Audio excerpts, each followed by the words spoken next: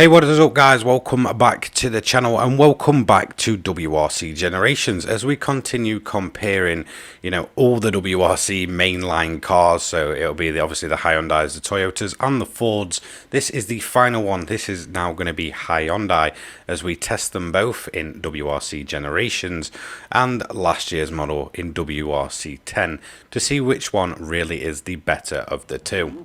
Up first we have the Hyundai that comes along with WRC Generations. Now just note, and this is completely my fault, that the whole time I was testing these I actually had Generations running in kind of performance mode. So you'll notice that it may actually look a bit rougher in some areas than WRC 10 actually does. So yeah, my bad in terms of a visual standpoint. You're not actually seeing the full visuals from WRC Generations. However, you are seeing the cars running at their best possible frame rate and such, and in all honesty, the WRC Hyundai, which we are getting with WRC Generations, is the first of the hybrid Rally1 cars from Hyundai, and it's obviously one of the weirdest, strangest looking cars out there. And I think that's because when you actually see one of these Hyundais in person, they're such a small little car. However, add the body kit on, it almost looks like a buff little mini Group B rally car.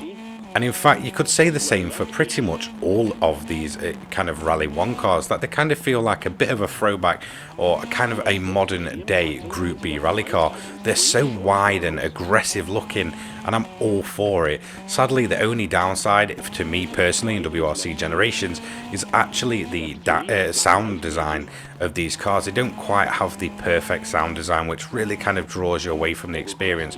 But in terms of the looks and the feel of these cars, they're absolutely awesome. As you can see here, we've got the hybrid system set to 1, which, as you'll probably know by now, will give you the maximum output at kind of the downside of maximum drain. So you'll notice that the hybrid system just absolutely wears away, and this is going to cause me to do a lot of braking. This is the way you recharge this system, because obviously the more hybrid power I've got leaving the corners, the better I'm going to exit them and the faster I'm going to hit these top end speeds. Now obviously this is still early game footage of WRC Generations. There's a lot of potential that the kind of handling and physics could change over time. I doubt it too much, obviously this being KT Racing's final ever outing with this game. I don't know how much support it will receive, maybe up until January time, and then we'll probably see the final update drop, and then it'll kind of just be left alone. But in terms of how it feels straight out of the box, I'm absolutely loving this Hyundai rally car. Like I said, in terms of its looks, it's such a strange oddball looking car that you just don't expect to look this aggressive. I was kind of weary about what Hyundai would bring out personally. To me and a lot of people, Hyundai's design of their rally cars is the weaker of the bunch. I've absolutely loved the Fiesta because it's been around such a long time without really changing.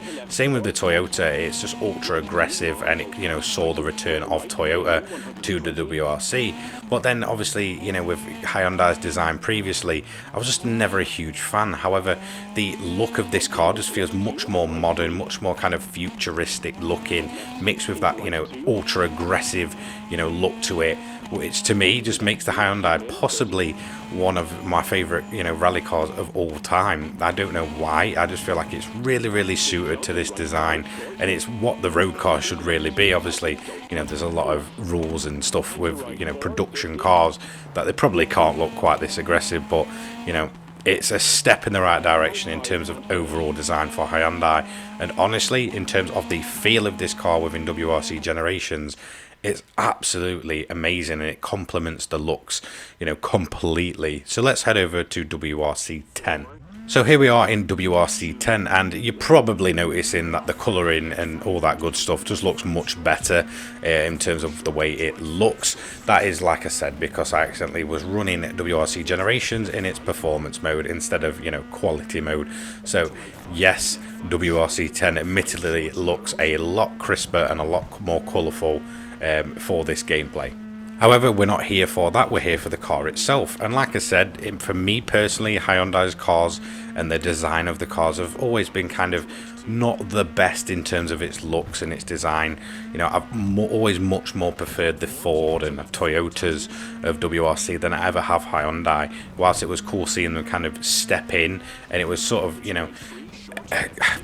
I want to say sort of like a grade B kind of design when they first joined the WRC, the main kind of line of WRC. I never classed them as sort of this ultra competitive team. Obviously they've got much better over recent times, and you know, this was their final kind of aero rally car design, and obviously not much has changed over the years with it. Obviously this version of the car, it looks pretty similar to everything else that we've seen, but in all honesty, it's an okay looking car. It's I guess it's down to personal preference. Like I said, me personally, I've never been a Hyundai fan of their designs until recently, but in terms of the way this car handles, I actually found this to be the least kind of twitchy of the three. Now you'll notice that, you know, I've said this constantly through all the comparisons, that going back to WRC 10, the car feels much more twitchy and much more like it's skating on ice. There's no real weight or feel to the actual car, but I felt like with the Hyundai, it was the most stable of the bunch.